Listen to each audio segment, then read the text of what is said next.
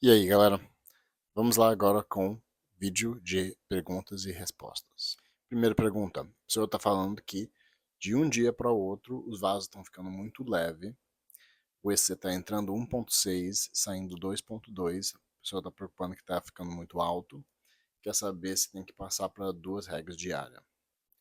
Primeiro, ótimo que o vaso está secando bastante, ficando bem leve de um dia para o outro.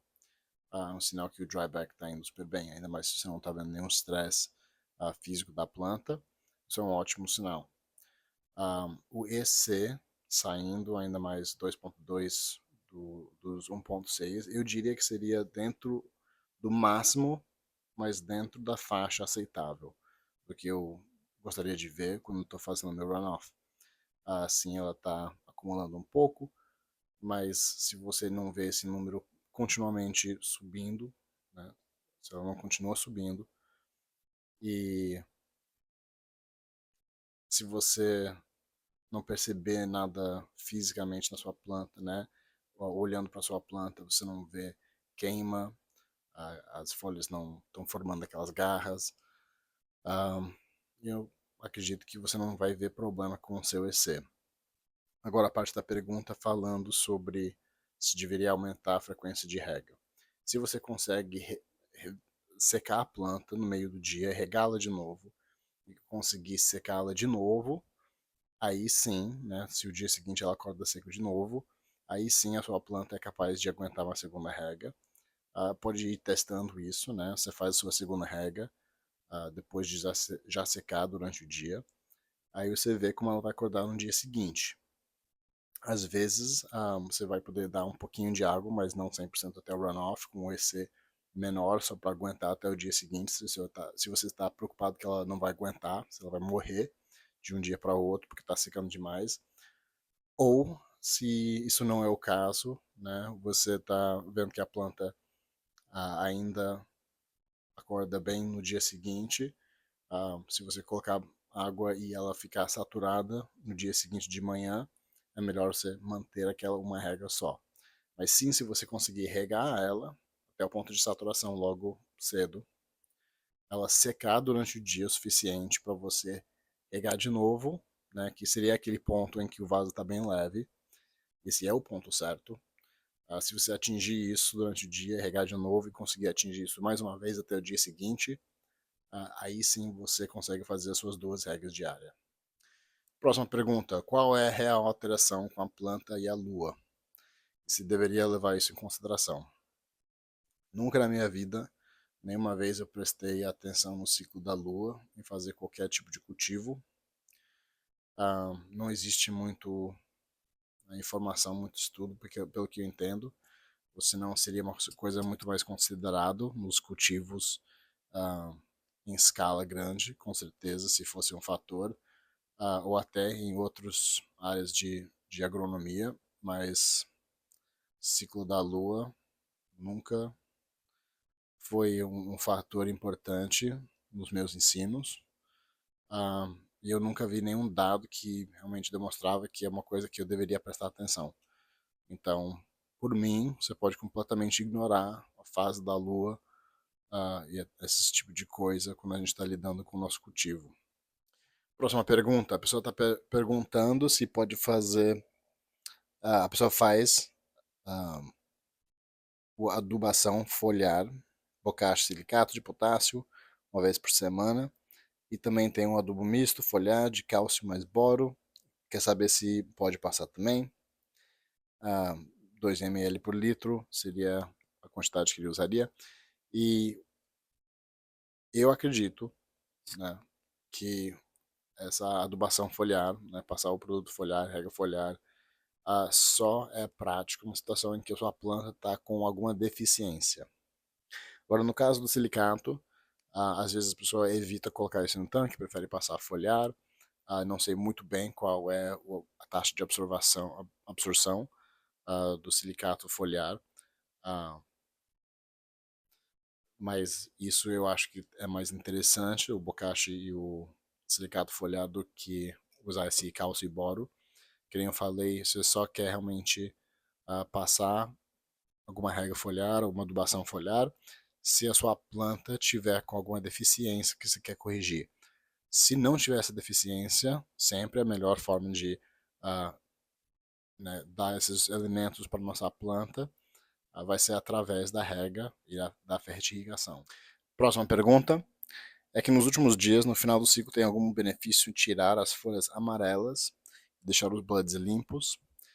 Sim, tem uns benefícios a prevenir mofo, é um dos motivos por qual a gente gosta de fazer isso, diminuir um pouco o tempo de secagem, aquelas folhas amarelas não vão prestar algum serviço importante durante esse processo, então sim, você pode remover se quiser, facilita também no processo final de trimar, separar as flores também do galho e tudo mais.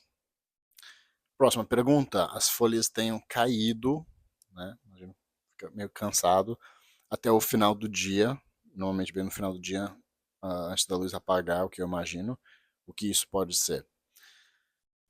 Isso chama movimentos da planta epinásticas, epinastic em inglês, e é quando a planta basicamente vai responder que agora está chegando a noite e ela realmente começa a cair de uma forma parecer que está cansada, pronta para dormir. É natural da planta, ainda mais quando a gente está usando um espectro bastante vermelho, HPS, ou um LED bem vermelho, muitas vezes ela vai exibir essa característica mais do que se tivesse uma luz mais azul. Não é necessariamente nada ruim. Na minha cabeça, eu acredito que de alguma forma é realmente a planta meio que desligando, né, o sistema de fotossíntese, sabendo que a noite está vindo, meio que cansou os fotorreceptores e está basicamente cansando e chegando no final do dia, ela sabe que está chegando no final do dia, está acostumado já àquele padrão e as folhas começam a ficar meio caídas até o final do dia. Quando eu começava a cultivar, isso já me assustou bastante também logo no começo, eu achei que minhas plantas estavam morrendo várias vezes. Aí aprendi, né, acabei percebendo que era todo dia, no final do dia, e especificamente as plantas que estavam recebendo mais luz vermelha. Acontecia muito mais do que as que estavam embaixo de fluorescente, T5, uma luz bem mais azul. Então, uma coisa interessante que acontece com a planta, mas é natural, normal e não tem nada a se preocupar com isso. Próxima pergunta sobre nitrato. Ao ser absorvido, nitrato libera hidroxídio, né, hidróxido.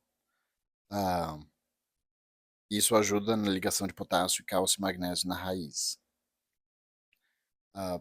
Então, mais ou menos assim, não é necessariamente uma ligação, mas quando a planta absorve o nitrato que tem uma carga negativa, ela ajuda a meio que atrair também os catáions mais positivos, que nem o cálcio, o potássio, a entrar dentro das raízes ao mesmo tempo, meio que acompanhar e entrar junto, com nitrogênio na forma amônico, que é positivo, você vai ter uma redução. E também entre os positivos, é possível competição também. Mas o nitrato absorve bem e ajuda acompanhado bem com esses outros catáions mais positivos. Próxima pergunta também sobre nitrato e amônio. Qual é a melhor fonte de nitrogênio para a nossa planta? Nitrato é sempre a melhor forma de nitrogênio para a nossa planta. Na verdade, a cannabis é extremamente sensível. Muitas plantas são muito sensíveis a amônio, mas visualmente a característica da nossa flor no final é afetado por conteúdo de amônio e a gente prefere muito mais o nitrato na solução. Também tem uma dinâmica, que nem eu tinha falado na pergunta antes, da absorção com potássio, às vezes complicado um pouco com amônio, porque é, um, é, um, é uma molécula positivo, então vai competir um pouco com o potássio e pode causar problemas com isso também. É tóxico para a planta, é mais difícil para a planta regular a absorção e assimilação do nitrogênio do amônio, então ela pode queimar a planta muito mais fácil e muito mais rápido. Mas na vega, usado em pequenas quantidades, ele ajuda bastante com o vigor da planta. Então tem um lado bom do amônio, só que se a gente fosse escolher só uma forma de nitrogênio para alimentar a planta, sempre vai ser o nitrato. Próxima pergunta é sobre fosfato, qual que é o melhor fosfato de usar? Normalmente recomendo o uso de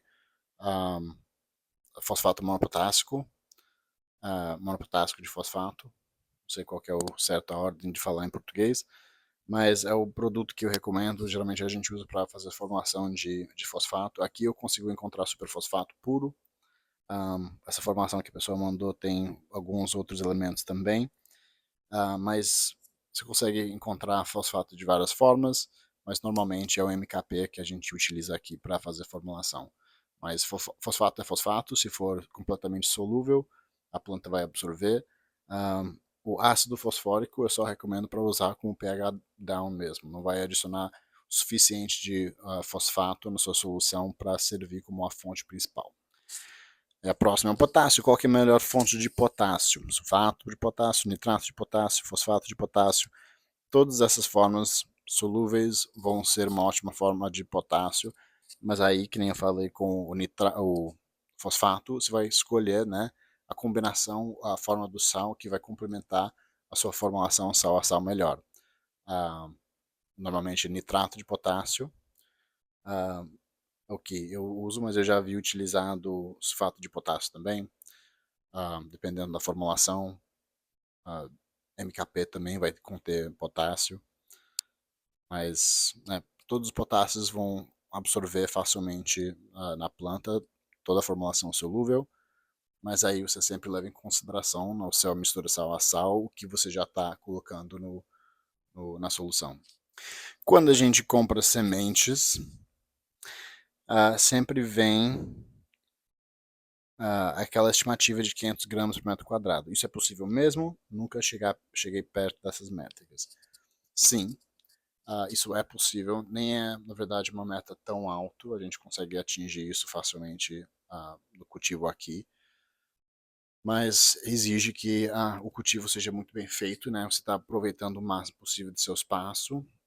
Aquilo é um metro quadrado 100% optimizado em termos, né, de ponta a ponta, completamente coberto de planta, uma copa bem fechada, uma genética, né, selecionada, provavelmente, né, uma dessas que tem essa descrição com todas as demandas em cima da planta também que você vai esperar, né? Luz por volta de 900 ppfd, o ambiente perfeito, CO2, tudo isso a mais, né? Você vai conseguir essa colheita sem muita dificuldade. Agora, se você está plantando só 1 metro quadrado e tentando essa colheita, é muito mais difícil, porque você não vai conseguir a mesma... não vai ser tão equilibrado, né? O plano de luz, a sala, você tentar cultivar 500 gramas dentro de 1 metro quadrado, somente plantando 1 metro quadrado, é mais difícil do que a gente tirar 500 gramas por metro quadrado plantando uma sala de vários metros quadrados. Você tem uma sala mais homogênea em ambiente, todas as plantas estão recebendo quase a mesma quantidade de luz exato, então fica muito mais eficiente uma produção do que uma barraca de 1 metro quadrado, onde que o canto não está recebendo a mesma quantidade que o meio, as plantas talvez não foram montadas da melhor arquitetura, né? Se o ambiente não está perfeito, com todos os melhores fatores, colocando a demanda máxima em cima da planta, realmente talvez não vai conseguir isso. Não se sinta mal se você não consiga isso logo de cara, né? E sempre, que nem eu falei, uma escala menor vai ser mais difícil você conseguir isso. Mas é possível sim. Então, né, cria uma meta e vai correndo atrás. Próxima pergunta, a pessoa confusa sobre compatibilidade de nutrientes. É verdade que nitrato de cálcio é incompatível com sulfato de magnésio? É sim, verdade. Por isso que você nunca vai colocar sulfato de magnésio dentro do seu nitrato de cálcio de uma forma concentrada, porque sulfato vai reagir com o cálcio. Mesmo com o fosfato. O fosfato vai reagir com o cálcio de uma forma concentrada. Em solução diluído, isso não é problema. Se você colocar, por isso que você separa sulfato de magnésio parte B e você coloca nitrato de cálcio em parte A. Se você está tentando fazer uma formulação de CalMag, né? Você vai usar nitrato de magnésio para evitar esse sulfato, para ir colocar dentro do seu nitrato de cálcio para fazer seu CalMag. Mas realmente em uma forma concentrada você não consegue combinar os dois. Em forma diluída, isso não é problema. Próxima pergunta, a pessoa está perguntando sobre formigas no grow. A situação é que a pessoa estava fazendo um dryback bem pesado na flora, dia 29, e com isso precisou aumentar a rega e começou a aparecer umas formigas no cultivo. Tratar as formigas, eu recomendo com certeza, por mais que elas talvez não estejam atacando diretamente sua planta, só está tentando sobreviver no substrato, provavelmente não vai ser uma coisa boa em geral para sua planta, não vai ser bom para o seu cultivo em geral, não são considerados predadores de benefício cultivo, ainda mais indoor, ou pelo menos no indoor, talvez no outdoor, mas eu recomendo você tentar tratar isso da melhor forma possível, armadilhas, ou alguma coisa do tipo, e realmente tenta eliminar elas. Mas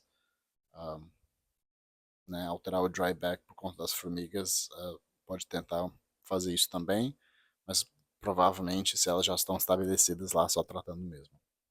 Próxima pergunta, a pessoa ainda está com problemas de subir o pH do coco, cada vez mais, 5.4, algumas 5.2. Próxima vez, tamponamento, usar o carbonato de potássio, como usar, qual quantidade, só usa para tamponar ou na solução também. Primeiro, para tamponar, você vai usar a quantidade correta que vai deixar a sua solução no pH desejado. Eu iria procurar um 6.4 mais ou menos, para ter um espaço para baixar com a sua solução, mas você não quer travar também o substrato num pH extremamente alto. Em teoria, né, esse carbonato vai ajudar a estabilizar ao longo termo um pouco esse pH. Talvez você não precisa continuar usando o carbonato nas regas, mas se for, aí já é outra situação. Você sempre quer adicionar o carbonato, pelo menos de preferência, antes na água, estabilizar um pH de 6.4 mais ou menos. Aí você pode, né, fazer sua solução e abaixar o pH. Isso é na situação que você está usando água osmose reversa. Se você está usando água da torneira, que provavelmente já contém algum nível de carbonato, isso vai ser mais difícil, porque se você colocar isso na solução, provavelmente vai subir a água bastante. Aí você vai ter que colocar um monte de pH down para tentar regular a solução antes de alimentar a planta, e no final das contas vai dar na mesma. Então, se o problema é o substrato mesmo e não é a água que está utilizando, só tratando o substrato melhor ou corrigindo o tipo de substrato, comprando outro substrato. Se for a água mesmo, sim, isso é uma solução. Você pode realmente tratar a água e estabilizar o pH dela de uma forma que fica um pouco mais firme, mas eu não recomendo você ter que estabilizar o pH num 8.0 para regar sua planta e sair no runoff correto. Aí a variância de pH dentro do substrato da sua planta é enorme e você vai com certeza encontrar alguns problemas com isso. E é isso, galera. Valeu pelas perguntas e até a próxima.